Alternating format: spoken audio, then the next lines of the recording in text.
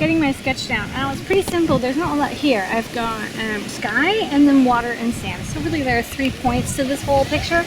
There's something about magic hour, or just after sunset magic hour, where the water turns silver and it's so beautiful. So I love to paint that.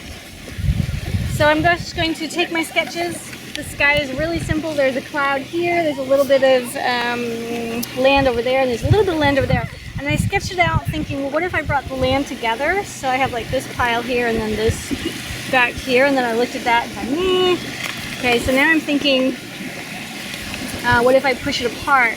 And it's literally, okay, what you don't want to do when you're doing horizons is stick them right in the middle. That's never good. You can put them way up at the top or down at the bottom, but you never want to go right across the center. So, you know, my horizon just above would be okay, or just below would be okay. Below will give me a lot of sky, and in this case it's really about the water. So I think just above would be perfect. And if I even match my painting to where I put it, then the water would go from here to here. I have to close one eye in order to do that. And then this part would be sand. So let's see. Now, as the artist, I can change that. I can pull the sand back. I can literally put myself closer to the water. Then the water, there'd be more water, less sand. So let's say we match the water with this point to that point. Gotta get a straight line. Okay. Best way to get a straight line, if you can't get a straight line, is do it a few times. It looks straighter for some reason. Okay, and then underneath, we're gonna have like some dark back here. And then it breaks up. And then way at the front, we have the waves, and the waves are going literally that way. I don't know how to describe it. They're on a little bit of an angle, pointed up, and they kind of disappear. Not too much. And of course, they're going this way, so they don't have to come down at any point. They just continue in that thing. Over there, they go a little straighter. Weird. Okay. So there you go. That's my sketch. So, putting my sketch down, I have my brushes. I have my paints. I did something different. I took a little, what is this called? A pan. And with some goo on the back, and I just squish it in here. So I can pull this off when I'm done, but that way I have a little spot of water, which is pretty neat. I also have my big water, and I have my favorite brush in here. So it won't get damaged in the bag. I can't really be in the shot. If I am, then it focuses on me and it blows out the background. You guys don't see how beautiful the water is. So in the colors, I'm using cerulean blue, cobalt blue, Paris blue, so those three, plus phthalo green, helio turquoise, and ultramarine blue. So those are the 6 colors that I'll be using to try to match with this.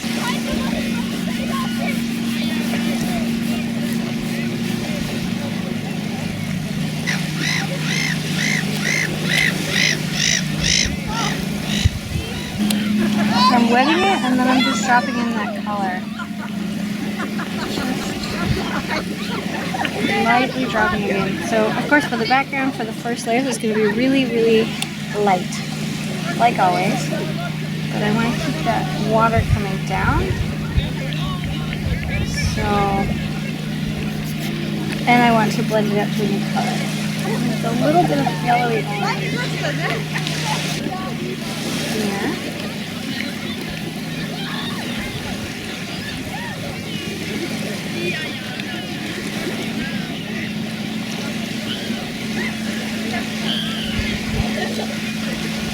Okay, now here's the fun part. What color is that? Can you guys tell me? It's like silver or white, reflecting the sky. Yellow, pink, pink and gray.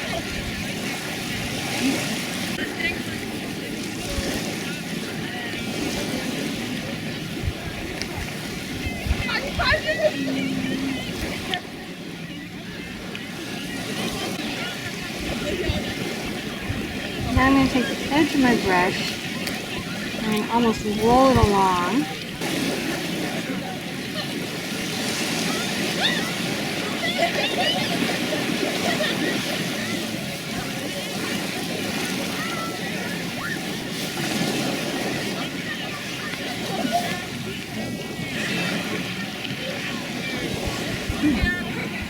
Okay, so I have to let it dry, and then if I really wanted to, I would put a little more pink in there. I might actually change it a tiny bit and put some more clouds, because you are seeing a little bit of cloud coming in on the back here. So just to match this color. More of that cloud up here, because it is getting nice and dark.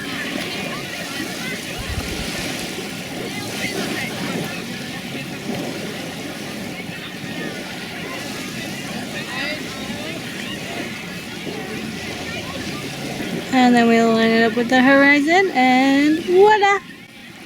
I'm done. Okay, time to tackle a new one. Okay, so I'm using a block today.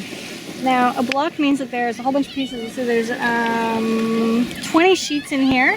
And what I want to do is, some point there's going to be an opening, either at the corner, or in this case I like to put it at the back. So I have to find that block, that opening, sorry, and then I have to slip something in there and then just cut it off from the block, like so. Now this way I don't have to worry about stretching. This paper is, I'll tell you in 1 second.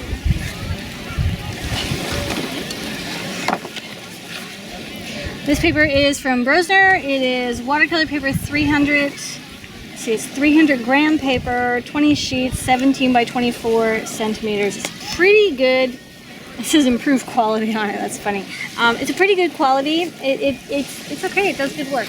I mean, that's what I got from it. So I'm pretty happy with that. I'm going to continue, and as the sunset goes down more, we're going to see what other colors we get.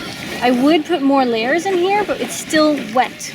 So to put like the yellow or whatever color that is, I don't know. But then if we turn over here, we see this color